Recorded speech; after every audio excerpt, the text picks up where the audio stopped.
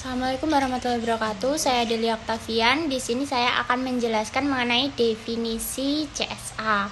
Menurut IIA, CSA merupakan proses yang mana efektivitas pengendalian internal diperiksa dan dinilai. Tujuannya adalah untuk memberikan keyakinan memadai bahwa semua tujuan bisnis akan dicapai. Manfaat CSA bagi manajemen. Yang pertama, menumbuhkan kesadaran manajemen tentang tanggung jawab atas penilaian risiko dan pengendalian aktivitas organisasi. Yang kedua, meningkatkan efektivitas dan efisiensi pelaksanaan proses atau aktivitas. Partisipan CSA adalah para pelaksana proses atau aktivitas. Mereka menggali keunggulan dan kelemahan pengendalian proses aktivitas serta mengembangkan tindakan pengendalian. Setiap partisipan akan mendapatkan hasil CSA dan berkonsultasi langsung dengan auditor. Yang ketiga, membantu manajemen dan staf dalam pelaksanaan tugas dan tanggung jawab serta pertanggungjawaban manajemen risiko dan pengendalian internal yang efektif. Yang keempat, dengan adanya lokakarya, maka tiap tingkatan manajemen akan bertemu untuk berdiskusi dan meningkatkan komunikasi. Yang kelima, keterlibatan manajemen dan pelaksanaan proses aktivitas dalam mengidentifikasi masalah. Sedangkan manfaat CSA untuk auditor internal adalah yang pertama, CSA menjadi sarana bagi auditor internal untuk meningkatkan dan menguji soft control. Yang kedua, meningkatkan peran dan fungsi unit audit internal dalam mengevaluasi risiko dan pengendalian. Yang ketiga, merupakan tanggung jawab moral auditor internal dalam membantu audit dengan memberikan saran dan rekomendasi perbaikan. Yang keempat, memperoleh gambaran tentang audit yang lebih terfokus, sederhana, dan kecil, tetapi lingkupnya lebih komprehensif.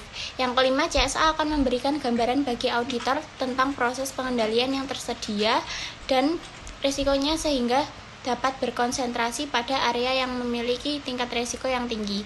Yang keenam, proses CSA dijalankan oleh para pelaksana proses aktivitas sebagai the true expert. Yang ketujuh, merefleksikan auditor sebagai konsultan, bukan sebagai polisi. Selain itu, manfaat CSA bagi komite audit adalah yang pertama, informasi yang dihasilkan dari kegiatan CSA menjadi lebih tepat.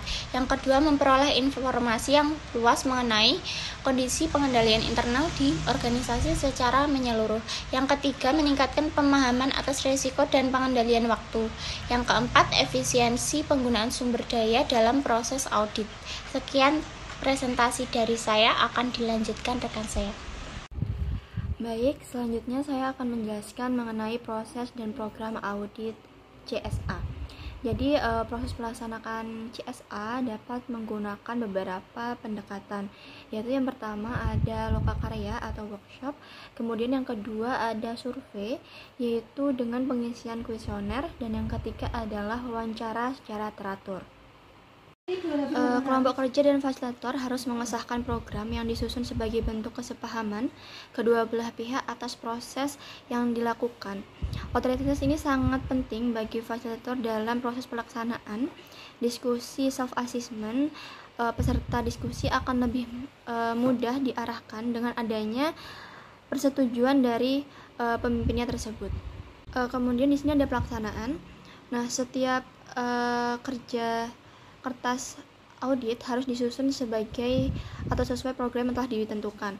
Nah, setiap kertas kerja harus memuat hal-hal sebagai berikut. Yang pertama adalah judul, nama pengesahan audit, kemudian deskripsi atau tujuan kertas kerja, dan tanggal atau periode audit. Kemudian yang kedua, nama manajer kelompok kerja atau fasilitator. Yang ketiga ada sumber data. Yang keempat ada nomor kertas kerja, dan yang kelima ada nama file. Kemudian semua tahapan program tersebut harus diberi paraf, tanggal, dan referensi di dalam kertas kerja untuk didokumentasikan. Kemudian hasil diskusi self-assessment atas penilaian pengendalian harus dirangkum ke dalam 3 dokumen, yaitu proses operasional yang selama ini dijalankan, pengendalian yang telah digunakan, dan kelemahan pengendalian tersebut. Kemudian yang kedua ada rencana-rencana tindakan peningkatan pengendalian yang dapat dilakukan oleh kelompok kerja dan atau manajemen kelompok kerja. Kemudian yang ketiga ada daftar informasi pengecualian atau resiko harus dilaporkan kepada manajemen yang lebih tinggi. Selanjutnya untuk pengkomunikasian hasil lokakarya beberapa informasi dapat daftar resiko, pengendalian dan rencana tindakan dikomunikasikan oleh manajer kelompok kerja kepada manajer senior atau atasan manajer kelompok kerja atas hasil lokakarya berupa informasi, daftar resiko, pengendalian dan rencana tindakan dikomunikasikan oleh manajer kelompok kerja kepada manajer senior atau manajer kelompok kerja atau atasannya lagi.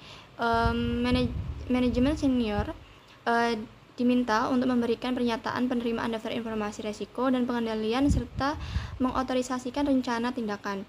Kemudian laporan hasil lokakarya sebaiknya meliputi beberapa hal seperti berikut. Yang pertama adalah halaman sampul, kemudian pengantar, kemudian tabel isi. Selanjutnya adalah pernyataan misi, tujuan, sasaran, dan aktivitas kelompok kerja. Dan selanjutnya ada daftar informasi resiko dan pengendalian, kemudian rencana tindakan, kemudian kertas kerja resiko dan pengendalian, serta diagram arus kerja untuk setiap aktivitas. Yang terakhir yaitu adalah lampiran jika diperlukan. Draft laporan awal tentang penilaian pengendalian harus disetujui oleh manajer kelompok kerja atau fasilitator audit internal sebelum diakuisikan dengan manajemen senior. Kemudian draft laporan awal tentang penilaian pengendalian yang telah ditinjau harus didistribusikan kepada peserta lokakarya untuk finalisasi perubahan. Kemudian draft laporan akhir tentang penilaian pengendalian harus disampaikan kepada manajemen senior untuk persiapan respon manajemen serta secara formal dan kepada pimpinan unit audit internal untuk peninjauan. Laporan final harus disusun dan ditandatangani oleh fasilitator dan ditandatangani oleh pimpinan unit audit internal. Yang selanjutnya adalah laporan akhir penilaian, pengendalian, dan respon manajemen menjadi bagian dalam laporan audit dan disampaikan kepada pihak-pihak sebagai berikut. Yang pertama ada manajemen eksekutif dan manajemen senior, kemudian yang kedua ada pimpinan SKAI, kemudian yang ketiga adalah bagian administrasi yang sesuai. Nah, yang terakhir adalah administratif. Formulir evaluasi proses penilaian pengendalian harus disampaikan kepada peserta. Ringkasan waktu penugasan harus disertakan dalam proses kertas kerja setelah laporan dicetak. Total jam harus ditandatangani dengan jumlah jam yang telah direncanakan. Ringkasan selisih mingguan harus didokumentasikan dan dideskripsikan secara jelas. Nah, peninjauan jaminan kualitas harus dilakukan. Contoh penerapan program CSA. Proses CSA dibagi ke dalam 5 tahap, yakni yang pertama adalah sebelum lokakarya pertama. Pada tahap awal ini, pihak yang terlibat terdiri dari fasilitator dan manajer kelompok kerja dengan prosedur berikut. Yang pertama adalah melakukan identifikasi, misi, tujuan, sasaran, dan aktivitas kelompok kerja atau fungsi yang tercakup di dalam lokakarya. Dokumentasi yang disusun yaitu permintaan fasilitasi terhadap penilaian pengendalian dari manajer kelompok kerja. Yang kedua adalah memo perencanaan yang merinci diskusi dengan manajer kelompok kerja untuk menentukan peserta dan untuk mengidentifikasi misi, tujuan, dan sasaran. Yang kedua adalah lokakarya pertama. Tahap kedua adalah melakukan lokakarya atau workshop yang pertama.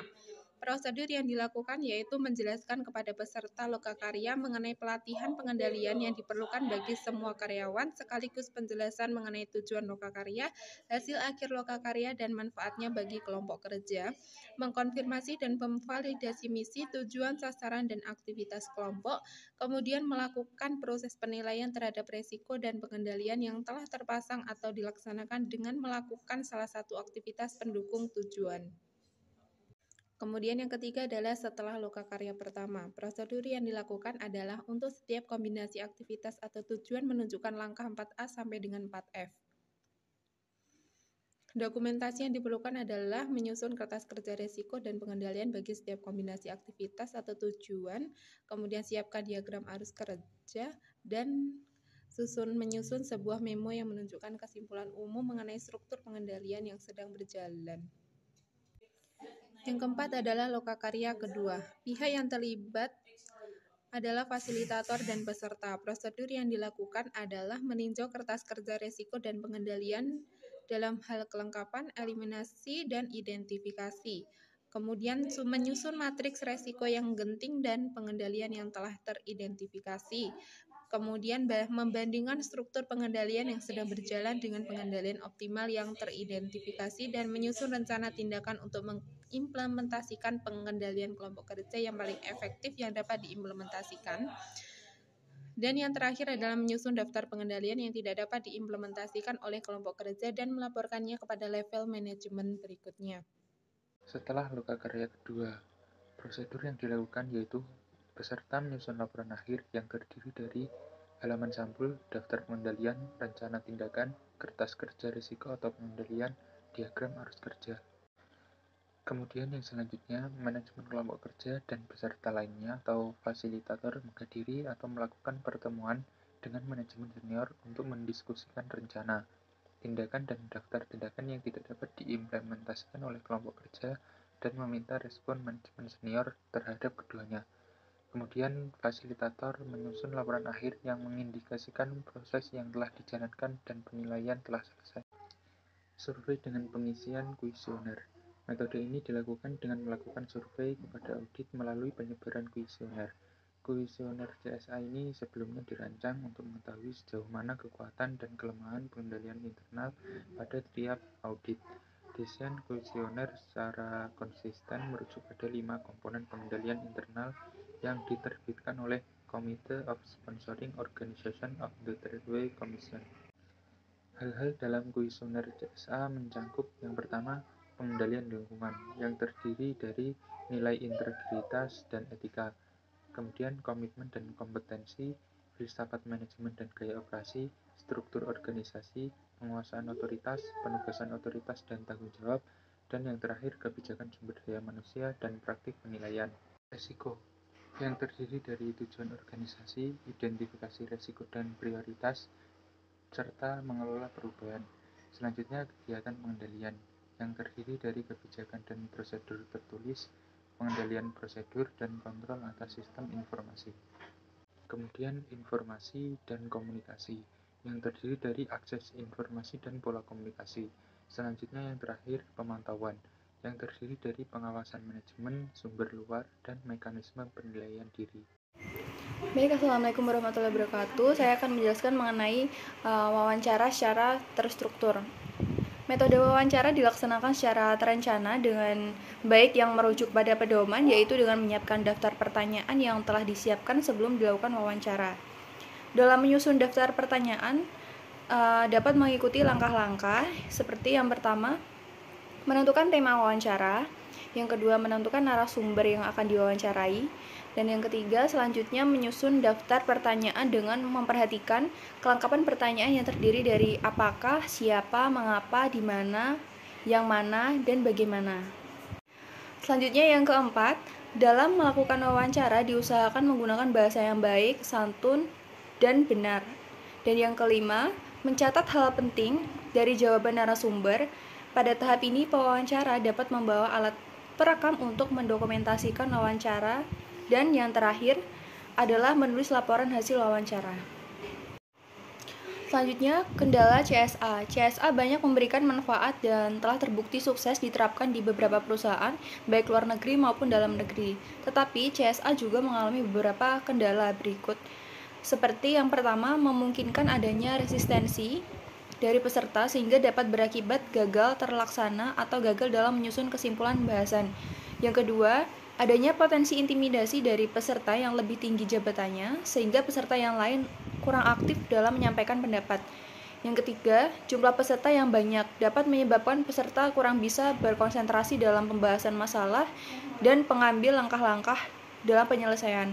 Yang keempat, dari hasil final pembahasan terkadang rekomendasi telah disepakati dan ditindaklanjuti, kurang diperhatikan pada saat diimplementasikan. Dan yang terakhir, kurangnya pemahaman peserta disebabkan karena desain pelatihan yang kurang menarik sehingga peserta kurang berminat.